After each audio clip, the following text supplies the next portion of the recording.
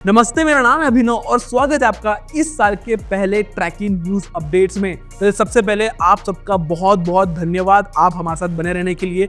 And yes, यदि आपके पास कोई भी फीडबैक हो, कोई भी आइडियाज हो, तो आप प्लीज हमारे साथ बेझिझक शेयर कीजिए। एंड यदि हमें आइडियाज पसंद आएंगे तो ऑफकोर्स हम उसे नोटिस करेंगे एंड उसे इंप्लीमेंट भी करेंगे। बट यस, चलिए चालू करते हैं इस वीक के न्यूज अपडेट्स के साथ। एंड जो पहला न्यूज है वो है 18% जीएसटी ऑन यूज्ड कार्स। फिर जब से जीएसटी काउंसिल की बैठक हुई तब से बहुत सारा कंफ्यूजन क्रिएट हो गया, बहुत सारा पैनिक क्रिएट हो गया and car buyers and sellers थोड़े डिसअपॉइंटमेंट में थे।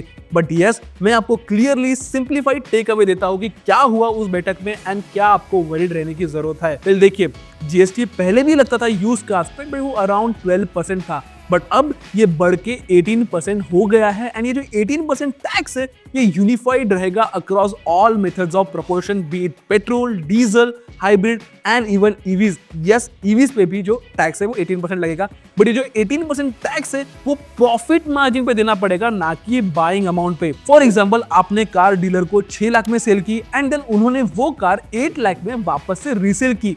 सो यस, जो 2 लाख का प्रॉफिट हुआ है उस पे 18% जीएसटी देना होगा, ना कि ओवरऑल वैल्यू पे। यस, टैक्स मार्जिन पे ही 18% जीएसटी देना होगा। एंड यस, प्रॉफिट मार्जिन पे जो टैक्स एप्लीकेबल है वो सिर्फ जीएसटी वेरीफाइड कार डीलर्स पे ही है। लाइक फॉर एग्जांपल स्पिनी हो गया, ट्रू वैल्यू हो गया एंड Cars24 हो गया। हम आप जैसे लोगों को यदि आपस में कार सेल करनी है या बाय करनी है तो हमें कोई भी टैक्स नहीं पे करना।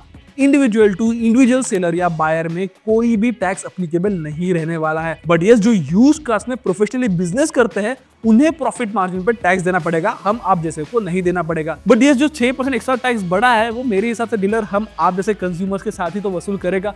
देखते हैं कैसा होता है इसका impact on used car market and कैसा फर्क पड़ेगा इसका ओवरऑल इंडियन इकोसिस्टम में। बट देन उसके बाद की सेकेंड न्यूज है वो है Hyundai की तरफ से, बिकॉज Hyundai की सबसे popular mid size SUV and की सबसे सक्सेसफुल मिड साइज एसयूवी जो कि क्रेटा, उसका हमें अब इलेक्ट्रिक अवतार देखने मिलने वाला है, जो कि लॉन्च होने वाली है भारत मोबिलिटी शो में ऑन 17 जनवरी को। ये जो क्रेटा है वो आइस क्रेटा पे ही बेस्ड रहेगी। सो ये प्रॉपर बॉर्न इलेक्ट्रिक ईवी नहीं रहेगी, तो ऑफकोर्स जो स्पेस मैनेजमेंट है, जो फ्लोरबोर्ड मैनेजमेंट है, वो थोड़ा कॉम्प्रोमाइज रह सकता है in comparison with the competition. Because Mahindra की जो BE6 है वो proper dedicated born electric platform में बनी है। उसके अलावा जो मारुति की नई ईवीटर आने वाली है वो भी प्रॉपर्ली डेडिकेटेड ईवी प्लेटफॉर्म में बेस्ड है। हालांकि यदि कंपनी की बात देखें तो ये टाटा कर EV and MG ZS EV को थोड़ी तगड़ी कॉम्पिटिशन दे सकती है, but Mahindra BE6 and of course जो मारुति की ईवीटर लॉन्च होने वाली है उसमें थोड़ा ये टफ कंपटीशन रह सकता है क्रेटा ईवी को अपना डोमिनेशन दिखाने के लिए।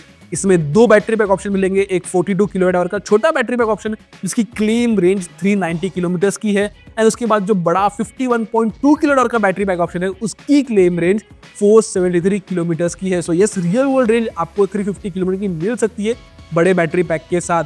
अगर फीचर्स की बात करें तो ऑफकोर्स इसमें बड़ा पैनोरामिक सनरूफ मिलने वाला है, व्हीकल टू लोड की फंक्शनलिटी मिलने वाली है, लेवल 2 ADAS मिलने वाला है, एंड ओवरऑल जो इसका जो फीचर रिच पर्सोना है वो ऑफकोर्स कैरी फॉरवर्ड होने वाला है। बाय द वे, क्या लगता है आपको किस प्राइसिंग पे लॉन्च हो सकती है क्रेटा ईवी? हमें कमेंट सेक्शन में जरूर बताइए। थर्ड न्यूज है, थोड़ी डिसअपॉइंटिंग हो सकती है सारे ऑफ रोड इंथुजियास्ट के लिए, बिकॉज Kawasaki ने KLX 230 के प्राइसेस फाइनली लॉन्च कर दिए हैं एंड इसकी जो प्राइसिंग स्टार्ट होती है फ्रॉम द वॉपिंग 3.30 लाख से। यह 3.30 lakh for dual sport entry level bike जो कि कंपीट करती है एक्सपल्स 200 4V प्रो वर्जन के साथ, जिसकी प्राइसिंग ऑलमोस्ट हाफ है KLX 230 से। सो यस, थोड़ा डिसअपॉइंटमेंट में जरूर हूं जब इसकी प्राइसिंग रिलीज हुई and I expected price to be not very affordable but rather to be very competitive enough. ये ऑफकोर्स कैपेबल मशीन है, इसमें 233cc का एयर कूल्ड मोटर मिल जाता है जो कि प्रोड्यूस करता है अराउंड 18 HP का पावर एंड 18.3 न्यूटन का टॉर्क, एंड इवन जो सस्पेंशन ट्रैवल है, ग्राउंड क्लियरेंस है, जो चासी वो काफी बेहतरीन नजर आती दिख रही थी। बट ये जिस तरीके से प्राइसिंग इन्होंने की है मेरे हिसाब से वो बिल्कुल भी उतना जस्टिफाइबल नहीं है, बहुत ही एक्सपेंसिव हो जाएगा। एंड ऑफकोर्स जिसे भी एंट्री लेवल बेटर बाइक लेनी थी उसमें अभी सिर्फ जो डोमिनेशन है एक्सपल्स का ही रहेगा, बिकॉज KLX 230 की प्राइसिंग बहुत ही रिडिकुलसली डिसअपॉइंटिंग है। बट देन फोर्थ न्यूज थोड़ी राहत भरी है, बिकॉज हीरो की तरफ से एंड कुछ रिपोर्ट्स के आधार पे ये पता चल रहा है कि उन्होंने एक्सपल्स 421 की जो डिजाइन पेटेंट्स है इंडिया में फाइल कर दिए है। उन्होंने ऑलरेडी कुछ स्केचेस EICMA 2024 में शोकेस किए थे एंड आई थिंक एक्सपल्स 421 भी लेट दिस ईयर तक अनवील हो सकती है, इवन शोकेस तो हो सकती है। एक्सपल्स 204 ऑलरेडी काफी कैपेबल मशीन थी एंड जिन्हें भी अपग्रेड करना हो उसके लिए जो एक्सपल्स 421 एक बेटर ऑप्शन रह सकता है, ऐसी मैं उम्मीद करता हूँ। एंड जो एक्सपल्स 421 है वो डायरेक्टली कम्पीट करेगी हिमालयन के साथ, KTM 390 एडवेंचर जो भी रिसेंटली लॉन्च हो सकती है, एंड ऑफ कोर्स यदि प्राइसिंग देखा जाए तो KLX 230 के साथ भी थोड़ी ये कंपटीशन में आ सकती है। बट देन उसके बाद की न्यूज है पल्सर की तरफ से, बजाज ब्रांड की तरफ से, बिकॉज पल्सर RS 200 जल्द ही इंडियन मार्केट में लॉन्च होने वाली है। बिकॉज के जो इमेजेस है, टेस्टिंग के फोटोज है, वो ऑलरेडी सर्कुलेट हो रहे हैं इंटरनेट में। एंड अभी जो 2015 में लॉन्च हुई RS 200 का काफी बढ़िया फैन फॉलोइंग था एंड 2025 में इसे एक इंक्रीमेंटल अपडेट मिलने वाला है। इसमें भी नया डिजिटल कंसोल रहेगा विद ब्लूटूथ कनेक्टिविटी। इसके अलावा जो ग्राफिक्स है,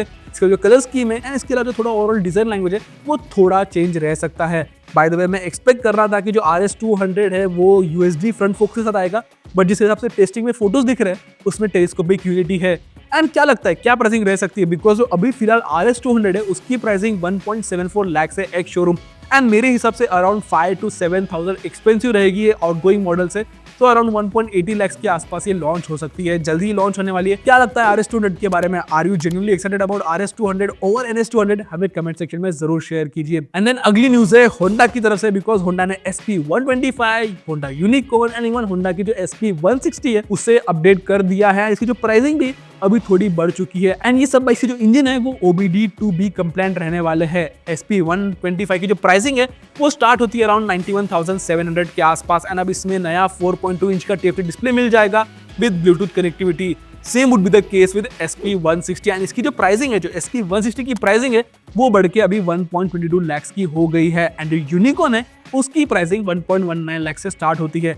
मैकेनिकली कोई भी बाइक्स में कोई भी मेजर चेंजेस नहीं किए गए हैं। देन उसके बाद की जो न्यूज है वो MG की तरफ से, बिकॉज उन्होंने उनकी जो इलेक्ट्रिक स्पोर्ट्स कार है साइबरस्टर उसकी डिटेल्स रिवील कर दी है एंड उनकी ये फर्स्ट कार रहेगी after their joint venture with JSW। Cyberster electric sports car में 77 kWh की बड़ी बैटरी पैक रहेगी जो कि पेयर आएगी 2 मोटर के साथ जो माउंटेड रहेंगे on each axle, making it an all wheel drive configuration. Overall power output इसका 510 HP का रहेगा एंड जो टॉर्क है वो 725 न्यूटन मीटर्स का रहने वाला है। इसकी वजह से जो क्लेम्ड 0 to 100 किलोमीटर का एक्सेलरेशन है वो अचीव होगा in just 3.2 seconds. Claim range around 580 kilometres का है। So yes, real world range आपको 400-420 के आसपास मिल सकता है।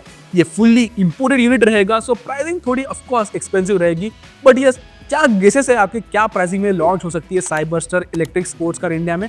हमें कमेंट सेक्शन में जरूर बताइए। बाय द वे ये थे इस वीक के सारे न्यूज अपडेट्स। यदि आपको ये वीडियो पसंद आया है तो प्लीज सब्सक्राइब कीजिए ट्रैकिंग ऑटो को एंड तब तक के लिए keep trekking and drive and ride safe.